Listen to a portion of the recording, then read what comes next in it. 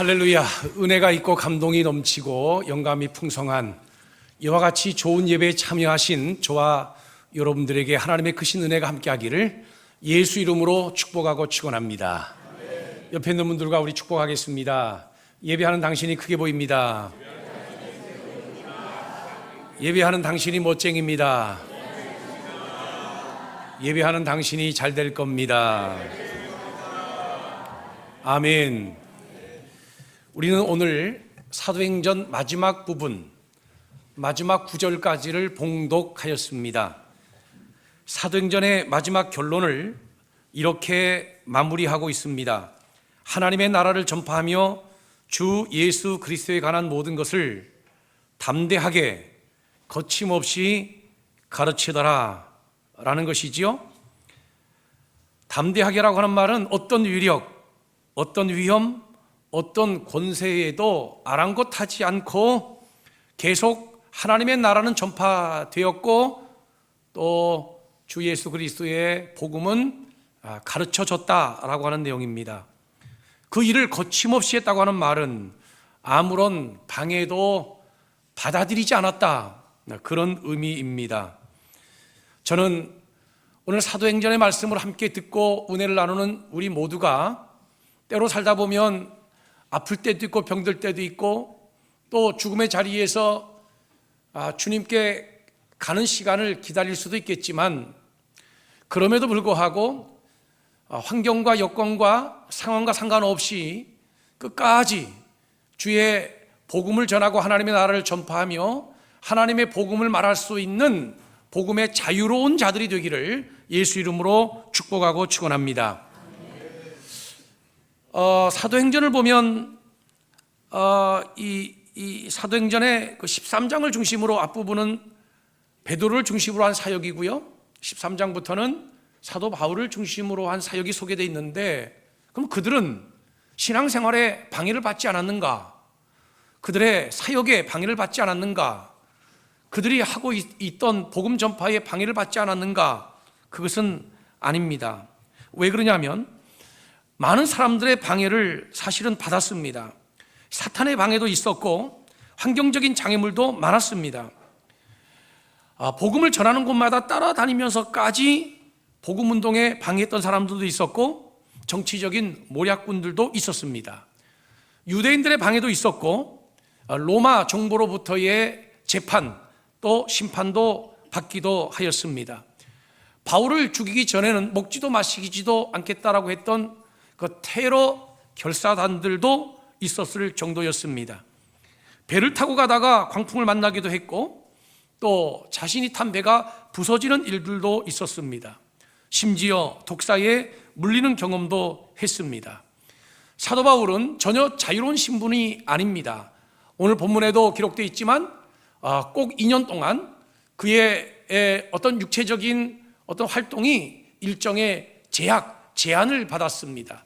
새방에 살면서 가택연금 상태로 지금 최후의 재판을 기다리고 있는 상태입니다. 그럼에도 불구하고 그는 담대하게 거침없이 하나님의 나라는 전파했고 하나님의 복음은 가르쳤다, 그리스도의 복음은 가르쳤다라고 말씀하고 있는 겁니다. 하나님의 나라를 전파했다고 하는 것은 믿지 않는 자들에게 복음을 전파했다는 이야기고 주 예수 그리스도에 관한 모든 것을 거침없이 가르쳤다라고 하는 것은 끊임없이 그리스도의 복음에 대하여 가르쳤다라고 하는 뜻입니다. 즉 믿지 않는 자들에게는 하나님의 나라의 복음을 설교, 전도 형식으로 가르쳤고 이미 믿은 자들에게는 프리칭, 티칭, 그러니까 교육 형식으로 그들에게 계속 교육하고 가르쳤다, 그 말입니다. 어떻게 이것이 가능했을까요? 그것이 바로 오늘 우리가 마지막으로 살펴보면서 함께 확인할 내용이라고 생각됩니다. 그 첫 번째 이유는 무엇이냐면 하나님의 특별하신 은혜 때문에 이러한 일들이 가능했던 것입니다. 하나님의 많은 은혜가 있지만 제가 특별하다고 한 것은 그 특별하신 한 은혜가 있었기 때문이에요. 그것이 뭘까요? 오직 성령이 너희에게 임하시면 너희가 권능을 받고 예루살렘과 온 유대와 사마리아와 땅까지 이르러 내 증인이 되리라 하시니라 라고 말씀하셨죠.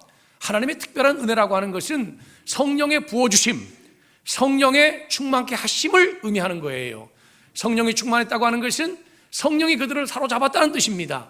성령이 그들을 주장하고 주관했다는 뜻입니다. 사도행전 2장 4절에 보면 저희가 다 성령의 충만함을 받고 그랬습니다. 사도들이 성령의 충만함을 받았습니다. 7 집사들이 성령의 충만함을 받았습니다. 주의 사역을 담당하는 모든 사람들이 성령의 충만함을 받았습니다. 빌립이 전도할 때 보세요. 성령이 빌립더러 말씀하셨습니다. 성령이 빌립을 광야로 이끌어 갔습니다. 안디옥 교회에서 선교사를 파송할 때 생각을 해보세요.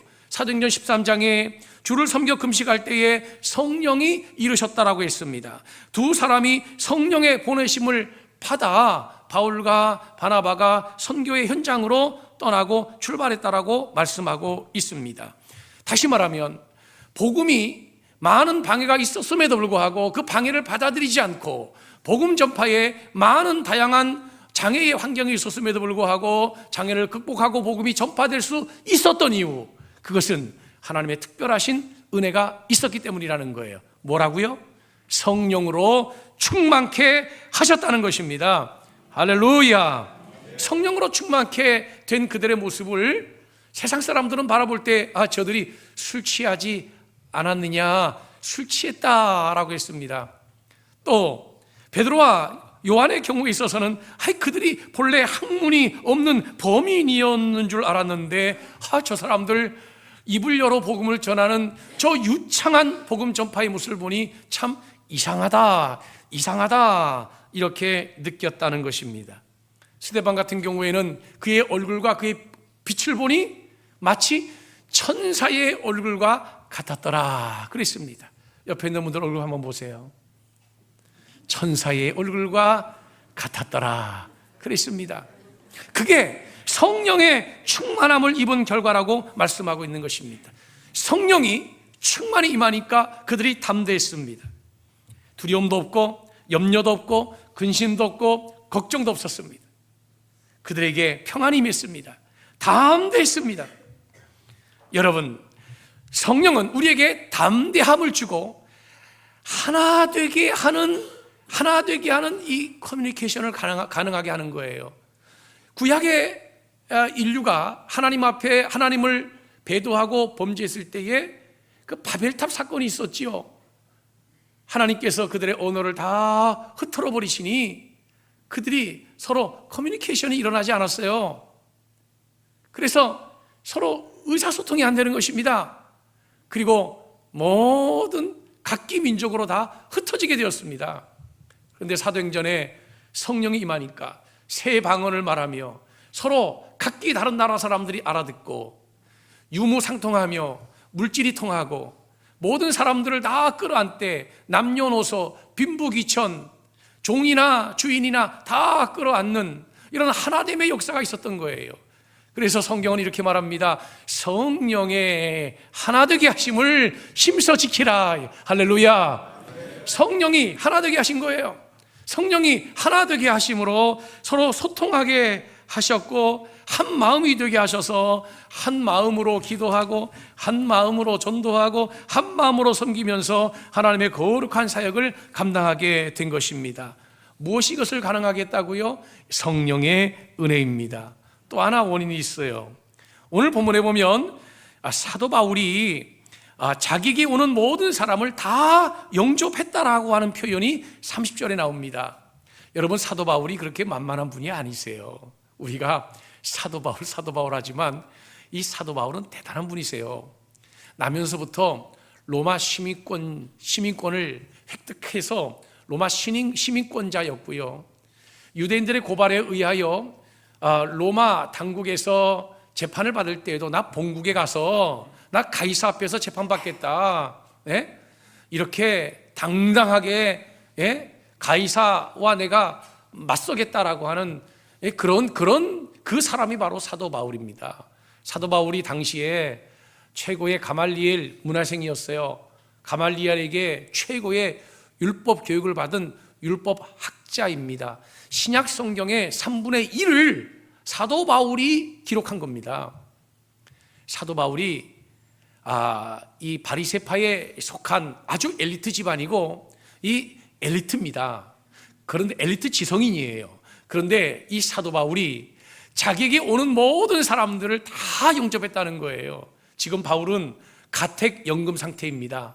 바울이 마음 놓고 나가서 활동하기는 어려웠어요. 그런데 하나님께서 사도 바울에게 많은 사람들이 몰려오도록 전도의 길을 열어주신 거예요. 그래서 사도 바울은 내가 열심히 사도들보다 더 수고했지만 이 모든 것은 내가 한 것이 아니라 하나님의 은혜로다, 이렇게 고백한 거죠. 사도 바울은 자기에게 찾아오는 모든 사람들, 그들이 남자였던 여자였던, 그들이 귀하건 천했건, 그들이 노예 출신이었건 아니면 상전이었건, 사도 바울에게 오는 모든 사람들을 사도 바울이 다 수용하고 끌어안았다는 것입니다. 이거 사실 놀라운 겁니다. 믿음이 있는 사람도 다 영접했고, 믿음이 없는 사람도 다 영접했고, 믿음이 약한 사람도 다 영접했고, 따지러 온 사람들도 다 영접했다는 거예요. 우리가 읽은 본문의 말씀이 그거 아닙니까? 주의 복음을 열심히 전했지만 받아들인 자도 있고 받아들이지 않은 자도 있고, 어떤 사람들은 시비에 걸려가지고 화를 내며 돌아간 사람들도 있었다라고 이야기하고 있지 않아요? 그럼에도 불구하고 사도 바울은 어떤 목적으로 자기에게 오던, 자기와 함께 신앙의 이야기를 하고자 하는 모든 사람들을 양팔 벌려 다 받아들이고 영접했다는 겁니다. 여러분, 사도 바울은 이런 고백을 한 적이 있어요. 나는 때로는 아비와 같이, 때로는 선생같이, 때로는 내가 유모처럼 너희들을 대하였다. 왜 그래요? 그것은 한 사람이라도 더 얻고자 함이었다. 이렇게 고백하고 있습니다. 여러분, 우리가 하나님의 나라에 복음을 전파하고 주 예수 그리스도의 복음을 가르치는 복음의 동역자, 복음의 사역자로 살기를 원한다면 우리도 양팔을 벌려야 해요. 그리고 우리에게 오는 모든 사람들을 다 수용하고 끌어안을 수 있어야 될 줄로 믿으시기를 바랍니다. 교회만 오더라도 다 좋아요? 보기 싫은 사람도 있지요. 다 이뻐요? 꼴보기 싫은 사람도 있지요. 다 가까이 가고 싶어요? 가능한 한 거리 두고 싶은 사람도 있지요. 교회 많은 기관들이 있지만 다 그 기관에 들어가고 싶어요? 아니요, 들어가기 싫은 기관도 있어요. 어울리기 싫은 사람들도 있어요. 그러나 사도 바울은 모두 다 수용하고 모두 다 영접했다는 거예요. 왜요? 한 영혼이라도 더 얻고자 함이었다는 거예요. 복음을 위해서 살지 않기로 작정했다면 몰라도 복음을 위하여 살기로 작정한 이상 복음을 필요로 하는 모든 사람들은 다 끌어안고 수용을 했다는 것입니다. 이것이 바로 복음을 붙들고 살아가는 사람들의 기본 자세인 것입니다. 사람들이 교회를 뭐라 그런 줄 아세요? 너무 문턱이 높대요. 교인 100명만 넘어도요, 그 담임 목사 만나기가 하늘의 별 따기래요. 얼마나 이게 턱이 높고 이게 문턱이 이게 높은지 만나기가 참 힘들고 어렵다고 하는 이야기를 해요. 여러분, 왜 그래야만 됩니까? 모든 성도들과 함께 보폭을 맞춰서 함께 가는 삶, 이것이 바로 신앙생활 아니겠습니까? 할렐루야. 오늘도 아파트에서 이렇게 나와서 제가 주일날 이렇게 차비가 없어가지고 걸어서 왔어요. 한 4분 걸립니다. 여기 아파트에 걸어 나왔는데 집에서 나오자마자 우리 이정인 집사님, 안수 집사님 그 두 따님들이 딱 나를 마치 기다렸다는 듯이 집 앞에 지나가고 바로 우리 옆에 라인이니까 만났어요. 걸음이 얼마나 빠른지, 그래서 내가 티 안 내려고 나도 아주 열심히 따라서 왔는데, 아니 여기 1층에 와가지고 이 두 딸들이 나한테 원망하기를, 아니 목사님 왜 이렇게 걸음이 빠르세요?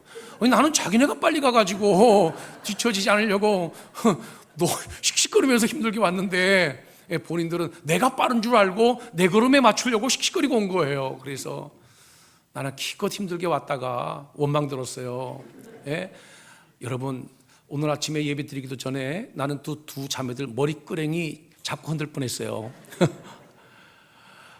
서로 보폭을 맞춰가면서 서로 같이 가는 것, 그것이 바로 신앙이고 믿음 생활 아니겠어요? 나는 그게 바로 신앙이라고 생각을 해요. 여러분, 우리의 신앙은 완전하지 않아요. 나 또한 누군가에게 위로와 격려가 필요한 사람이고, 나의 신앙 성장과 성숙을 위해서 권면이 필요한 사람이며, 나 또한 누군가의 신앙을 도와주어야 되는 대상이에요. 믿어지면 아멘. 그래서 신앙생활은 함께 엎치락 뒤치락 그렇게 신앙생활을 하셔야만 되는 거예요. 어떻게 의견이 딱 맞습니까? 조금 앞서기도 하고 조금 처지기도 하면서 서로 엎치락 뒤치락 하면서 가는 것이에요. 신앙 공동체가 이렇게 함께 가는 신앙생활, 이것이 대단히 중요한 것입니다. 사도 바울은 사람을 얻는 것을 가장 소중하고 귀한 것으로 여겼어요. 정말 우리가 영혼 구원을 위한다면 우리의 남은 생에, 남은 평생 우리의 영원한 숙제가 뭔지 아세요? 인간관계를 넓혀 나가는 것이에요. 인간관계를 넓혀 나가는 것, 이것이 바로 사역이고 이것이 바로 하나님의 나라 일이라고 하는 사실을 믿으시기를 예수 이름으로 축원합니다. 할렐루야, 할렐루야. 이게 정말 중요한 거예요. 정말 중요한 거예요. 예? 평생의 관계를 자꾸 넓혀 나가야 돼요. 어떤 사람들은 자신의 인간관계를 자꾸 털어버리면서 살아가는 사람들이 있어. 이거 해서 저 사람 안 돼, 그거 보니 그 사람 안 돼, 아유 저러니 꼴보기 싫어 안 돼. 이 사람과 교제하면서 자꾸 사람을 털어버리고 나중에는 자기 홀로 남는 사람들이 있어요. 그렇게 해가지고야 어떻게 누군가의 신앙을 돕고 누군가의 신앙을 세우겠냐는 거예요. 다 끌어안고, 예? 관계들을 확장시켜 나가면서 세워나갈 때에 우리가 하나님의 거룩한 역사를 이루지 않겠습니까? 그러한 저와 여러분들 모두 되기를 예수 이름으로 축복하고 축원합니다. 마지막 하나 더요. 당시 사도 바울과 초대교회 사역자들은 복음의 집중력을 잃어버리지 않았습니다. 여러분, 우리가 복음만을 위해서 살지는 않아요. 먹기도 해야 되고요, 자기도 해야 되고요, 또 여행도 다녀야 되고요, 때로 우리 인생에 환기도 필요합니다. 그러나 집중력은 잃어버리면 안 돼요. 다른 거 다 지쳐도 이 복음만은 절대로 지쳐서는 안 되는 거예요. 예수님께서 마태복음 12장에 이런 말씀을 하신 적이 있어요. 사람은 마음에 가득한 것을 입으로 말함이라. 사람은 마음에 가득한 것을 입으로 말함이래요. 보통 사람들이 그러지요. 미안해, 내가 속에 없는 말이 툭 튀어나와서 그런 거야. 그런데 한 번 더 생각해 보세요. 어떻게 마음에 없는 말이 툭 튀어나오겠어요? 늘 마음에 담고 있었던 말이 긴장감을 놓치는 순간에 입으로 툭 튀어나온 것이죠. 어떤 분들은 미안해, 내가 술을 먹어서 술 기운에 내가 한 말이야. 그런데 여러분, 저는 술은 안 먹지만 이게 술 기운에 얘기하는 것 같아도 술 먹기 전에 냉정신으로 있을 때 마음에 가득 채워졌던 것들이 술을 먹음으로 하여 입술의 통제력이 느슨해지는 그 틈에 나온 거지. 아니, 마음에 없는 게 술 먹었다고 갑자기 안에서 생겨서 나옵니까? 술 먹어보신 장로님들이 한번 얘기해 보세요. 아니, 전혀 마음에 없는 게 나와요? 다 마음에 있는 게 나오지. 예? 다 먹은 게 밖으로 나오는 거예요. 예? 이 세상에 여러 냄새가 있지만 방귀는 참 견디기 힘든 냄새예요. 근데 가장 견디기 힘든 방귀 냄새가 뭔 줄 아세요? 두리안 드시고 방귀 끼면요, 그 사람하고 못 살아요. 한 방에서 못 지냅니다. 예? 먹은 대로 트름하면 나오는 것이고 먹은 대로 방귀 끼면 나오는 거예요. 속에 가득한 것이 어쨌든 밖으로 나오는 것이지, 속에 가득하지 않은 것이 어떻게 밖에 나오겠냐는 거예요. 예? 그래서 하나님의 복음은 마음에 새기는 정도 갖고는 안 되고 뼛속에 새겨야 된다는 거예요. 하나님의 복음은 뼛속에 새겨야 돼. 뼛속에 새기면 다 잊어버려도, 예? 치매가 걸려서 다 기억이 안 나도 입 벌리면 일평생 고백했던 신앙 고백이 나와요. 예? 다른 건 몰라도 기도를 줄줄줄줄 합니다. 제가 언젠가 한번 소개했죠. 앞에도 중앙교회 한 장로님이 일평생을 말씀 붙들고 살고 복음 붙들고 살고, 이분은 진짜 말씀을 뼛속에 새겼다는 거야. 뼛속에. 치매가 걸려서 목사님도 못 알아보고 목사님이 오시면 목사님 위해서 기도해 주셔. 목사님이 신방 가면 목사님한테 기도해 주셔. 목사님도 못 알아보는 거야. 그런데 기도는 안 잊어먹어. 왜 그런 줄 아세요?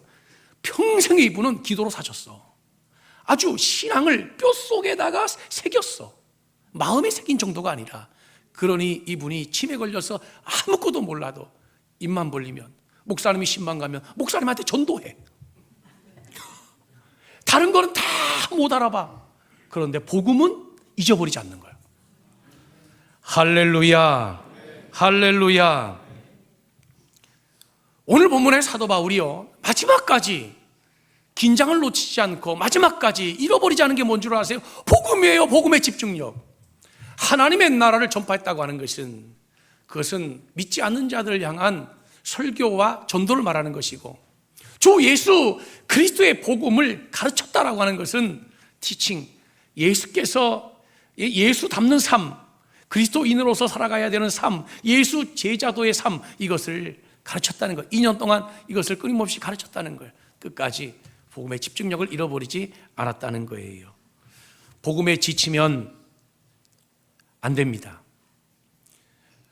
복음에 미치면 우리는 승리하고요, 복음에 지치면 우리는 실패하는 거예요. 따라하겠습니다. 지치면 지는 것이고 미치면 이기는 것이다. 할렐루야. 바이런이라고 하는 사람이 시인인데 이런 말을 했어요. 세월은 마음에서 열정을 앗아가버리고 우리 손과 발에서 기력을 탈취해 간다. 자꾸 인생이 시간이 지나고 세월이 지나다 보면 열정을, 그 세월이 뺏어가고 우리의 손과 발에서 기력을 탈취해 간다는 거예요. 청년 시절의 하루는 참 짧아요. 1년은 굉장히 안 가지요. 그런데 노년의 하루는 너무 길고 지루하다는 거예요. 그런데 노년의 1년은 굉장히 빨라요. 빨리 가요. 청년은 희망의 그림자를 가지고 살고, 노년은 회상의 그림자를 붙들고 산다는 거예요. 그걸 가슴에 담고. 여러분, 정말 중요한 게 뭘까요? 정말 중요한 것은 우리의 남은 생애에 이 복음의 긴장감을 놓치지 않고, 복음의 열정, 이 복음의 기력, 이것을 잊지 않고 잃어버리지 않고 살아가는 거예요. 이것이 정말 중요한 거예요. 복음이 얼마나 중요하냐면, 복음은 자신의 생명이 다해도 결코 포기할 수 없는 게 복음이에요. 왜냐하면 복음 아니고는 구원받을 수 없기 때문인 것입니다. 다음 주가 종료주일입니다. 그 다음 주가 부활절이지요. 이제 사도행전 끝났는데 목사님 뭐 하실 거예요? 다시 복음서로 돌아갑니다. 교회사의 전통에 의해서 한 번은 복음서, 한 번은 서신서, 이렇게 교대로 하나님 말씀을 나누는데, 마태복음은 이미 우리 교회에서 제가 2번 했어요. 3번째 마태복음을 다시 여러분들과 함께 나누려고 해요. 도대체 복음이라고 하는 것이 얼마나 소중하고 얼마나 귀하기에 그 복음을 위해서 이와 같이 초대교회 교인들은 복음 붙들고 살았는가. 복음이 얼마나 소중하고 귀한 것이기에 이렇게 복음하고 있는가라고 하는 그 복음이 무엇인지에 대해서 다시 마태복음으로 돌아와 함께 말씀을 상고하고자 합니다. 마태복음에도 하나님의 큰 은혜가 있기를 기대합니다. 할렐루야. 말씀을 맺습니다. 어떻게 예루살렘으로부터 시작된 복음이 땅끝을 향하여 전파되었냐고 여러분들께서 물어보신다면, 사도행전은 이렇게 대답합니다. 오직 성령이라고요. 오직 성령이 너희에게 임하시면 너희가 권능을 받고 예루살렘과 온 유대와 사마리아와 땅끝까지 내 증인이 되리라 하시니라. 성령 충만함, 하나님이 주신 특별하신 은혜를 놓치지 마시고 끝까지 은혜 가운데 복음으로 승리하고 복음으로 살아내는 저와 여러분들 모두 되시기를 예수 이름으로 축원합니다.